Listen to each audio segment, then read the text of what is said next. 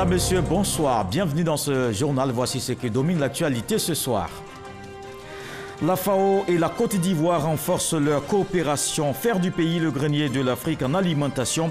Le vice-président a échangé en Italie avec le directeur général de cet organisme des Nations Unies. Daniel Kablan-Duncan salue le soutien de la FAO au secteur agricole ivoirien. La Côte d'Ivoire respecte les prescriptions économiques de l'UMOA. L'inflation est en dessous de la norme communautaire.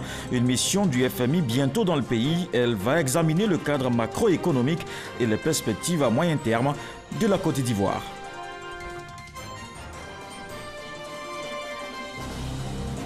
Et puis les talons d'or de Yenanga décernés au film La Miséricorde de la jungle du réalisateur rwandais Joël Karekezi.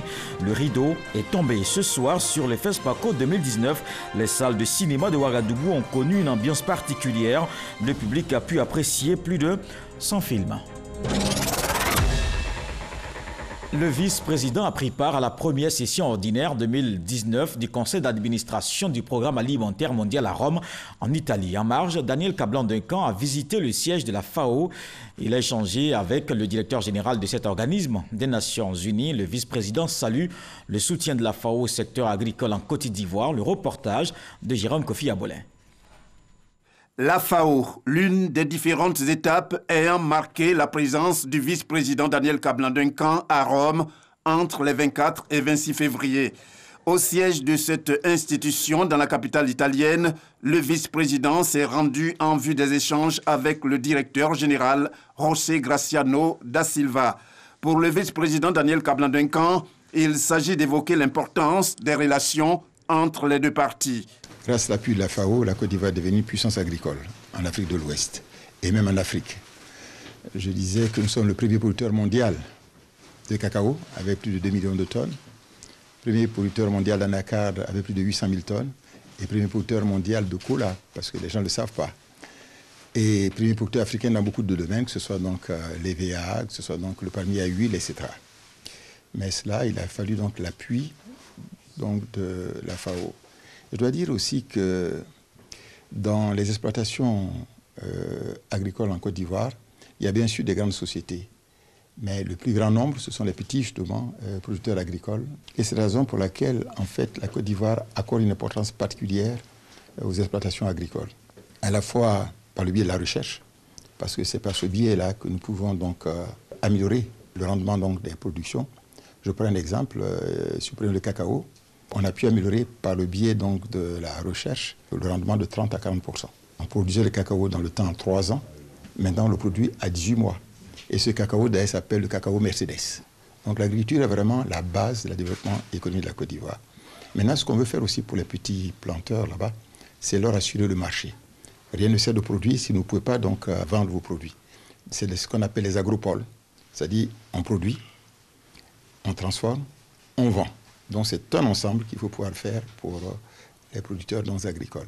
La FAO aide les pays en développement et les pays en transition à moderniser et améliorer leurs pratiques agricoles, forestières et halieutiques, et aussi à garantir la sécurité alimentaire et une bonne nutrition pour tous.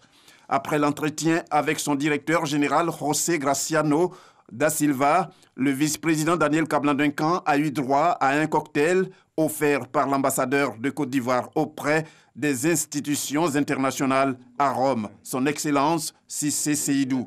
Un moment de convivialité qui, pour le vice-président Daniel Kablan-Duncan, constitue un exemple d'abnégation, de partage et de vivre ensemble. Des valeurs qui doivent caractériser l'Ivoirien nouveau, comme le veut le président de la République, Alassane Ouattara. Le cadre macroéconomique et les perspectives à moyen terme de la Côte d'Ivoire seront examinées. Une mission du FMI sera bientôt dans le pays. Elle va évaluer l'exécution du programme économique et financier. À fin décembre 2018, la Direction générale de l'économie prépare la rencontre. Les explications de Francis Boifo. Les agrégats sont des indicateurs économiques qui désignent des synthèses de l'activité économique nationale.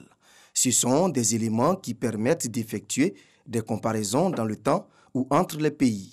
C'est par exemple le commerce, la balance des paiements, le déficit public, le produit intérieur brut du PIB, la croissance, l'inflation, l'endettement. Quelques indicateurs de la Côte d'Ivoire.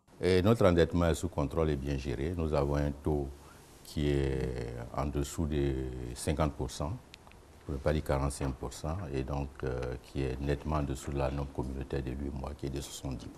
L'inflation, nous sommes à un niveau de moins de 1%, pour ne pas dire cette année c'est 0,4-0,5%, donc nettement en dessous de la norme communautaire de l'UEMOA, qui est de 3%. L'économie ivoirienne se porte bien. Quand nous allons au roadshow pour présenter la situation de la Côte d'Ivoire, c'est des résultats qui dépassent les objectifs. Et donc, quand on ne fait pas confiance à l'économie, on n'injecte pas des ressources. Et l'attrait des investisseurs étrangers est un élément déterminant qui permet de dire que les gens ont confiance en cette économie parce qu'il y a une perspective qui est tracée et on sait où on va. La Côte d'Ivoire est classée dans le top 10 des pays les plus réformateurs au monde, avec un taux de croissance moyen autour de 9% entre 2012 et 2016. Mais certains Ivoiriens disent ne pas sentir l'impact de cette croissance dans les ménages ni dans les poches. La croissance, elle n'est pas que monétaire. Mais si vous voulez, on peut revenir pour dire que quand même, il y a eu des évolutions importantes. Il y a eu le relèvement du SMIC. Il y a eu le déblocage indiciaire des salaires des fonctionnaires. Il y a eu la revalorisation des prix aux paysans. Mais il y a encore beaucoup de demandes sociales qu'il faut satisfaire. Vous savez, il y a des canaux de transmission de la croissance.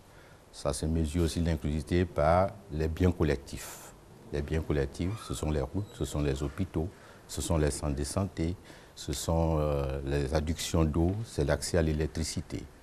Et quand vous prenez, vous verrez que en termes de dépenses pro-pauvres, nous sommes passés en 2012 d'à peu près 1000 milliards à presque plus de 2000 milliards en 2018. Le gouvernement poursuit la mise en œuvre des programmes de développement économique avec l'appui de ses partenaires. En mars prochain, une mission du Fonds monétaire international, FMI, sera à Abidjan pour évaluer l'exécution du programme économique et financier à fin décembre 2018. Cette rencontre de Grand Bassam se tient en prélude à cette mission du FMI dont le but est d'examiner les indicateurs du cadre macroéconomique et de dégager les perspectives à moyen terme. Le financement du transport au cœur d'une rencontre à Ouagadougou. Les acteurs du secteur de la sous-région réfléchissent sur la question. Le ministre des Transports ivoirien participe aux travaux. Serge Koléa nous fait le point. À l'ordre du jour de cette 12e session du conseil d'administration, la question du financement de l'Académie régionale des sciences et techniques de la mer.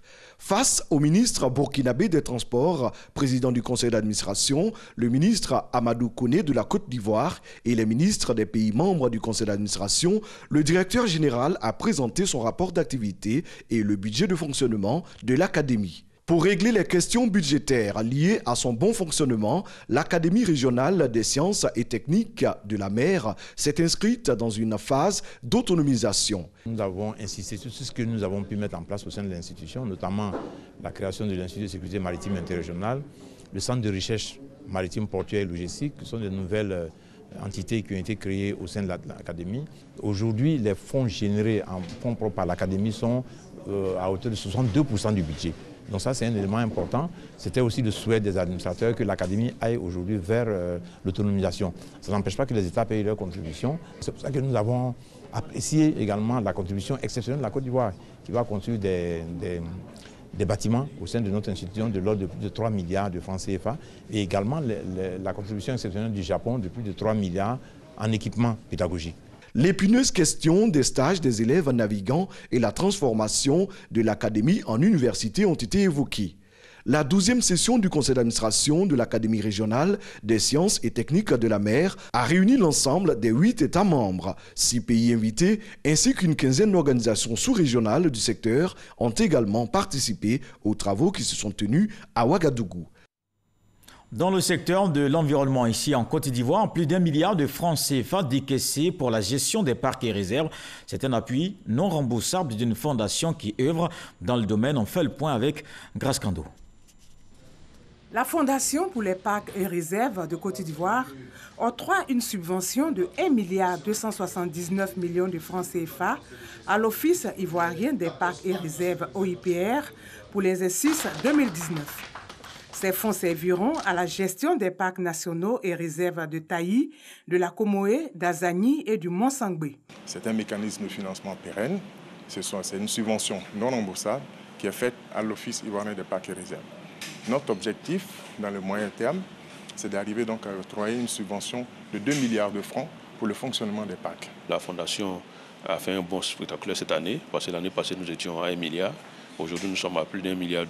Ce qui est important, ça nous permet de couvrir à peu près 80% des coûts récurrents de ces parcs nationaux. Les coûts d'investissement sont assez importants, notamment en termes d'entretien des infrastructures routières, des bâtiments pour les agents, et notamment l'acquisition d'équipements, parce que vous savez, les pistes dans les parcs nationaux sont des pistes très dégradées qui usent les véhicules. Donc au jour d'aujourd'hui, nous avons besoin de renforcer notre parc auto pour faire face à toutes nos activités. Le réseau des parcs nationaux et réserves est soumis à diverses pressions, braconnage et colonisation illégale entre autres. De 2014 à 2018, la Fondation pour les parcs et réserves de Côte d'Ivoire a octroyé un montant total de 3,370 milliards de francs CFA à l'OIPR.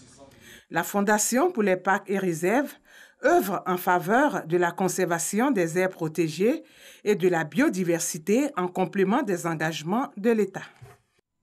Le ministre des Ressources animales en quête du développement des activités de l'élevage et de la pêche. Kobedan Kwasi Adjoumani était à Paris au Salon international de l'agriculture et il s'est intéressé particulièrement aux petits ruminants. Le développement de ce secteur est aujourd'hui une priorité, nous dit notre envoyé spécial Hervé Blé. Une journée au Salon international de l'agriculture bien chargée pour le ministre des Ressources animales et halieutiques. À ce salon où l'on peut découvrir de nombreuses espèces de fermes, le ministre Kobedan Kwasi Adjoumani est allé à la rencontre des éleveurs et autres opérateurs du secteur de l'élevage en France. Comme l'a fait le Premier ministre français Édouard Philippe avant lui, le ministre Kobedan Kwasi Adjoumani a apprécié la tête d'affiche du Salon de l'agriculture 2019. L'escale au stand de imminence l'égérie du salon, une vache de race bleue du nord de la France a précédé celle effectuée au niveau des petits ruminants, dernière escale avec un intérêt tout marqué. En Côte d'Ivoire, nous avons décidé de promouvoir l'élevage des petits ruminants. Un élevage à cycle court, mais qui permet vraiment de donner à la femme une valeur ajoutée dans ce qu'elle fait. C'est pour ça que nous disons qu'avec cet élevage, il y aura l'autonomisation de la femme. Et nous avons pris des contacts avec leurs experts qui veulent faire le déplacement en Côte d'Ivoire et nous montrer leur savoir-faire. Parallèlement aussi, nous allons faire venir nos experts pour venir apprendre chez eux l'art de faire l'insémination artificielle en faisant des croisements également entre leurs animaux et les nôtres. D'élevage, il a été aussi question avec l'association des anciens élèves de la bergerie nationale, cette vitrine de l'agriculture durable en France. En pleine assemblée générale, ils n'ont pas manqué d'échanger avec le ministre Kobedan Kwasi Adjoumani, des échanges cordiaux consacrés pour l'essentiel à ce que ses membres pourraient apporter au développement de l'élevage en Côte d'Ivoire. Comme l'a dit votre porte-parole, nous allons trouver notre intérêt à coopérer avec cette grande école fondée par Louis XVI. Le SIA 2018 a accueilli 672 568 visiteurs français et internationaux. Le SIA 2019, qui espère en accueillir davantage, rassemble près de 1000 exposants venus de 22 pays et plus de 4000 animaux. On reste au Salon international de l'agriculture de Paris, cette fois avec Jean-Jacques Kouamé, des stands pour présenter les richesses du monde agricole. Allons à la découverte de ces espaces. Le pavillon 5.2, c'est le pavillon réservé au continent africain pour cette 56e édition du Salon international de l'agriculture. Dans ce pavillon, plusieurs pays africains se disputent la place de la représentativité. Si l'Afrique du Nord est fortement représentée avec différents stands. L'Afrique subsaharienne est aussi présente avec la Côte d'Ivoire, le Mali, le Sénégal et le Soudan. Nous avons des piments de table, on a des assaisonnements pour faire du riz au gras, du riz au curcuma et du riz à la moutarde. Et puis après, nous avons des assaisonnements simples, comme par exemple le gem-gem, le souma de chez nous. On présente de l'engrais biologique, j'entends par là, on utilise le procédé de compostage, tout ce qui est excréments d'animaux, déchets ménagers, feuilles mortes, on le mélange et ce qu'on met dans la terre pour fertiliser le sol et accroître la croissance des plantes. Les produits du terroir sont les plus exposés. La gastronomie occupe également une place importante. Aujourd'hui, nous avons commencé avec la compote ou la confiture de courge qui travaillait dans la région du Nord. Et en même temps, donc, on a essayé de faire des recettes avec la crêpe mille trous. Là, la deuxième recette, c'était la recette de couscous, un incontournable dans la cuisine marocaine, bien sûr, et que nous avons travaillé avec deux façons, une façon sucrée et la façon salée, qui est très connue, bien sûr, et qui est le couscous aux 7 légumes. Les truffes de la Tunisie, les truffes de la désert, elle est préparée dans des différents menus. Dans les sauces rouges, dans les sauces blanches, sautées à l'ail, dans les salades et tout. À côté, on retrouve les produits de beauté et de santé. Ici, je propose l'huile d'argan. C'est un huile qui a deux usages. Il y a celui qui est alimentaire et celui pour usage cosmétique. Elle est très bonne pour la peau, elle est riche en vitamine E et oméga 6. Les différents stands ne les emplissent pas. Ils sont pris d'assaut par les nombreux visiteurs curieux de découvrir les produits Made in Africa. Parce qu'il y a beaucoup de patrimoine en Afrique qui ne sont pas assez mis en valeur en France. Donc c'est une bonne chose qu'ils soient exposés ici. Mais l'Afrique et les Antilles, c'est pareil. Alors voilà, je fais ma fille découvrir la culture de nos ancêtres. L'ambiance avec la musique de terroir constitue également un élément attractif pour inviter les visiteurs à découvrir les richesses agricoles du continent africain. Ici en Côte d'Ivoire, le Rotary don d'un centre de santé à Bobo Agbeikwa, du matériel de santé également offert au centre d'hémodialyse du CHU de Cocody pour les insuffisants rénaux. Le coût global du don, environ 800 millions de francs CFA. Clément Bocou. Le Rotary apporte son soutien aux populations ivoiriennes. Cette association caritative vient de construire un centre de santé d'une valeur de 300 millions de francs CFA au profit des habitants du quartier d'Abobo Agbeikwa. Cet hôpital qui a ouvert ses portes depuis avril 2018, après 5 années de travaux, propose les services suivants. La médecine générale, les consultations prénatales, les soins infirmiers, les hospitalisations. Il est aussi équipé pour des analyses médicales, le CG et l'échographie. Cette action a été rendue possible grâce aux dons de la fondation Yacouba Silla. Notre père, qui est le patron de notre communauté, a toujours mis la santé au rang de ses priorités. Le don de soi, c'est ce que nous avons remarqué. Et à Gagnoa, il faisait cela. Donc, quand on fait une fondation à son nom, c'est tout à fait normal, c'est son esprit. Au CHU de Cocody, le Rotary fait également un don de matériel de santé d'environ 500 millions de francs CFA au centre d'hémodialyse pour les personnes souffrant d'insuffisance rénale. Le président mondial de Rotary International, Paris Racine, a effectué le déplacement en terre ivoirienne pour remettre ses dons au ministère de la Santé et de l'Hygiène publique. Pour nous, ce don revêt un caractère salutaire car il nous permet non seulement de renforcer la capacité existante ici, nous aide au nom du gouvernement à mettre rapidement en œuvre notre programme de création de nouveaux centres de dialyse pour rapprocher davantage les soins des populations. Et cela obéit aux dernières instructions de son Excellence le Président de la République, offrir des soins de santé de proximité aux populations. Le Rotary Club Abidjan 2 Plateau a effectué d'autres dons par le passé au centre d'hémodialyse de Cocody qui s'évalue à environ 400 millions de francs CFA. Ce 5e don en une vingtaine d'années est le plus important. En Côte d'Ivoire, c'est la première fois que le Rotary construit un centre de santé. Tous ces dons viennent accompagner les actions du gouvernement qui a décrété 2019 comme l'année du social. Le commandant supérieur de la gendarmerie nationale remobilise ses hommes. Il a entamé depuis quelques semaines une visite des unités.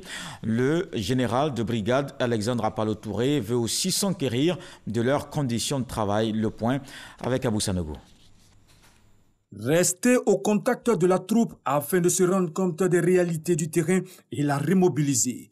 C'est le sens de la visite entreprise par le commandant supérieur de la gendarmerie nationale, Alexandre Apalo-Touré, dans les unités sous sa tutelle.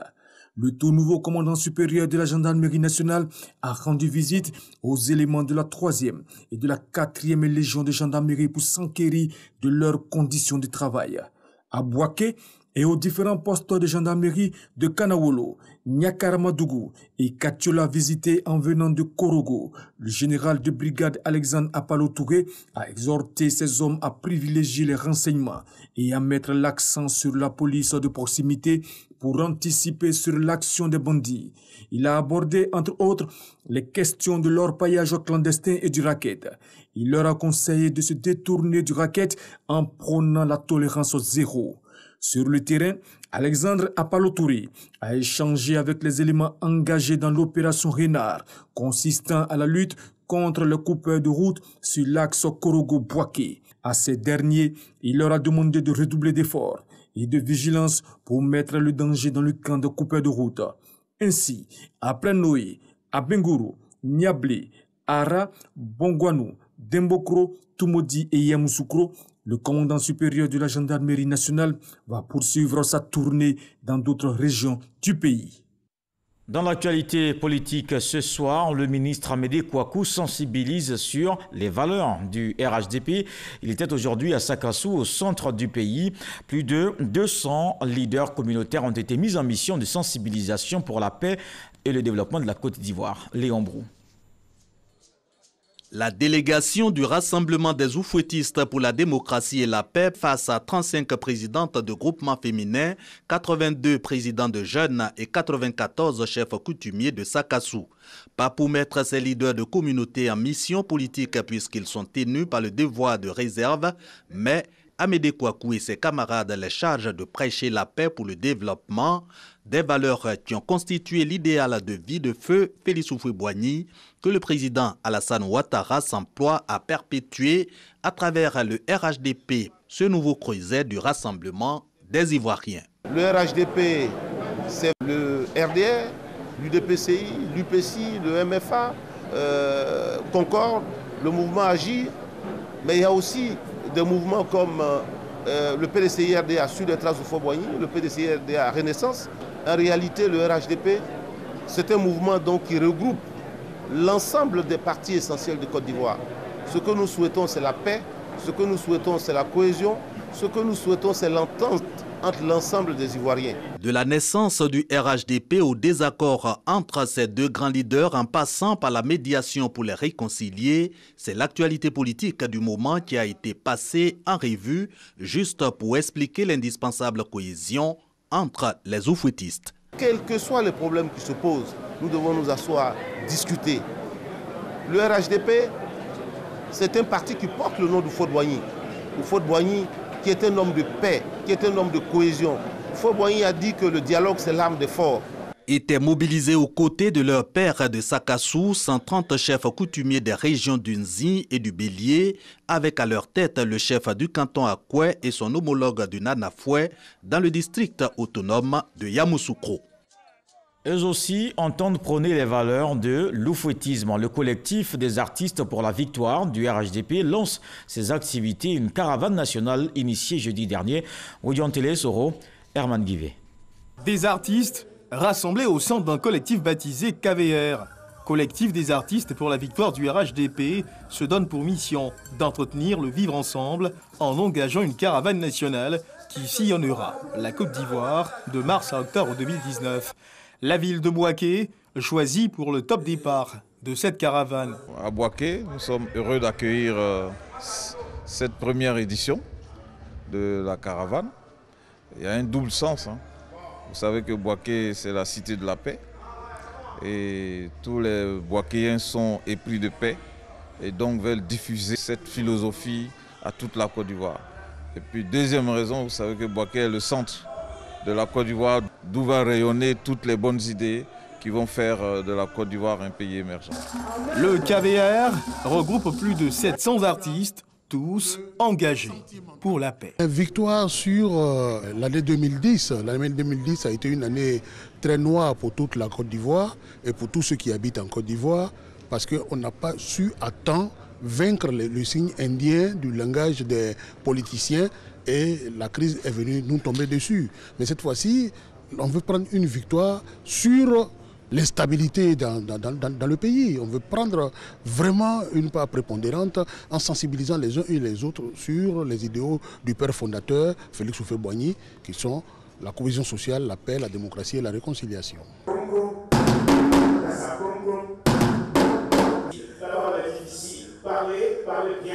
Pour ce mois de mars, 4 dates sont programmées pour 4 villes, Boaké, Yamoussoukro, Dimbokro et Adiaké. Je vous emmène à présent à Ouagadougou. Clap de fin ce soir du FESPACO 2019. L'étalon d'or de Yenanga décerné au film La Miséricorde de la jungle du réalisateur rwandais Joël Karekezi. Le festival panafricain du cinéma et de l'audiovisuel de Ouagadougou prend ainsi fin après une semaine de promotion du 7e art. Les salles de cinéma de Ouagadougou ont connu une ambiance particulière, une ambiance des grands jours. Le public a pu apprécier plus de 100 films. Notre reporter Serge Koléa revient sur cette fête du cinéma africain.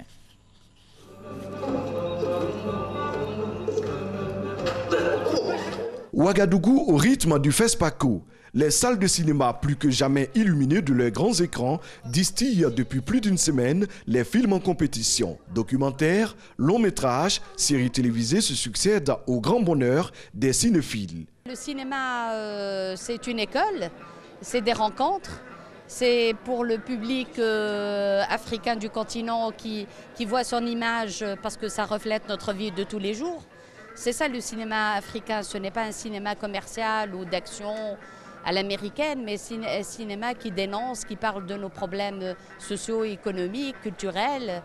Au Ciné Neroya, le réalisateur ivoirien Idrissa Diabaté projette Jean Rouch, cinéaste africain, un documentaire de 60 minutes. Le centenaire de Jean Rouch, c'était l'année dernière.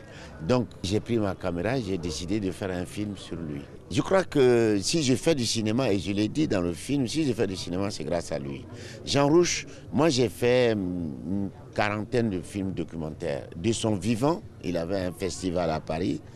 Chaque film que je faisais, Jean Rouch le sélectionnait dans son festival qui était mondial. Réalisateurs, acteurs et producteurs présentent leurs films avec bien sûr le secret espoir de décrocher les talons ou un prix spécial. Sur les 20 longs métrages en compétition pour les talons d'or, la Côte d'Ivoire se positionne avec résolution. Pour nous, la récompense, c'est d'être là. Nous sommes vraiment reconnaissants parce que c'est pas évident, c'est pas donné de participer à ce festival et c'était inespéré et on est là, c'est notre victoire. Le palmarès de cette grand-messe du 7e art sera dévoilé ce samedi 2 mars au Palais des Sports de Ouagadougou. Rappelons que justement cela a été dévoilé. Les talons d'or du Yenanga a été décerné au film La Miséricorde de la jungle du réalisateur rwandais Joël Karekezi, fin donc du FESPACO 2019. De Ouagadougou, rendons-nous au Maroc. La 2e édition des journées culturelles ivoiriennes tenue il y a 10 jours environ à Rabat. Les chanteurs et humoristes ivoiriens et marocains ont communié avec le public. Ces journées ont permis de renforcer les liens d'amitié et de coopération entre les deux pays. Issa Tionayeo. La salle du théâtre national Mohamed V de Rabat, au Maroc, a refusé du monde à l'occasion de la 2e édition des journées culturelles ivoiriennes. L'objectif de ces journées, renforcer les liens de coopération et d'amitié dans le domaine culturel entre la Côte d'Ivoire et le royaume chérifien. La compagnie des danses patrimoniales Remdé a fait une démonstration du patrimoine culturel ivoirien avec les Zaouli.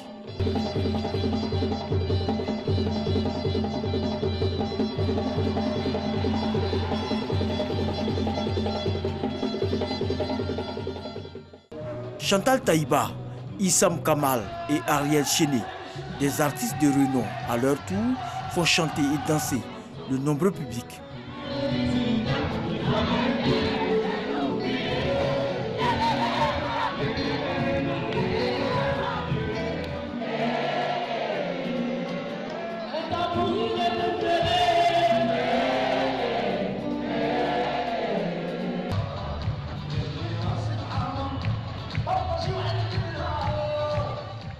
Les humoristes apportent leur touche à cette édition.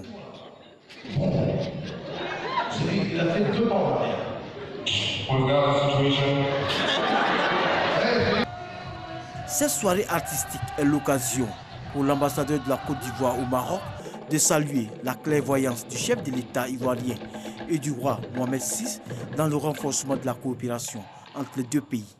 Aujourd'hui, vous avez une forte communauté ivoirienne donc, au Maroc. Et vous avez la communauté estudiantine qui étudie dans les meilleures conditions. Et vous avez aussi, ces dernières années, des Ivoiriens qui viennent pour entreprendre au Maroc. Mais tout ça va dans le sens de la confiance qui existe entre les deux hommes d'État, le président Alassane Ouattara et Sa Majesté le roi Mohamed VI. La première édition avait enregistré la participation de 600 spectateurs. Pour cette deuxième édition, plus de 1500 spectateurs ont pris part à cette fête ivoiro-marocaine. Ce journal est terminé. Merci de l'avoir suivi. Je vous retrouve demain avec beaucoup de plaisir. Bonsoir.